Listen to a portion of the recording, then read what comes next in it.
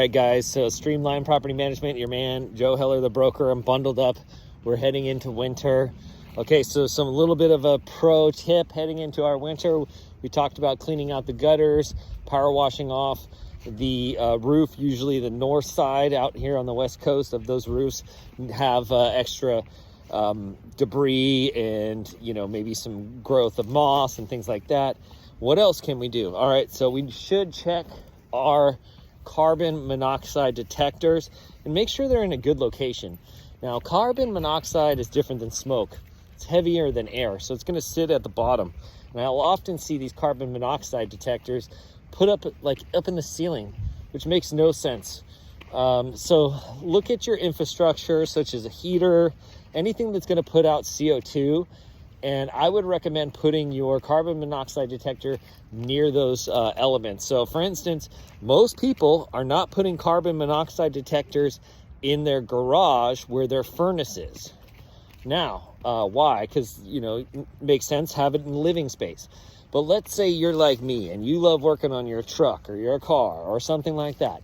And you have a furnace, a forced air furnace, and that could have some problems. It could have a leak. You know, you could be spewing carbon monoxide, and therefore you're out in the garage working on the car and bad things can happen because, you know, carbon monoxide, you can't smell it and you can't taste it. So you don't even know you're being poisoned. So it's really, really important to check on those carbon monoxide detectors. Make sure they're in really good spots, areas that you live. If you're working in your workshop, you're working in your garage, put one in your garage. It could save your life. So that's my pro tip. Streamline Property Management. Check us out at streamline831.com and be safe out there, guys. Just a little horror story. Something to consider. Maybe travel with one. Okay, so I had a buddy who went out and rented an Airbnb out in a cabin out in the woods.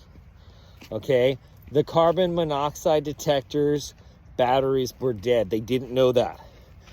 My friend and his wife almost died in the property. They had the ambulance come and all kinds of things. They were feeling weird. They were feeling not right. Something was not right. They were feeling sick. Almost collapsed. Called the ambulance. Turns out CO2 detector was not working in that Airbnb. So you cannot trust other people to keep track of their stuff. So maybe if you get into a new rental, an Airbnb, go ahead and test those smoke detectors when you move in and those carbon monoxide detectors. It could save your life, guys. Thank you.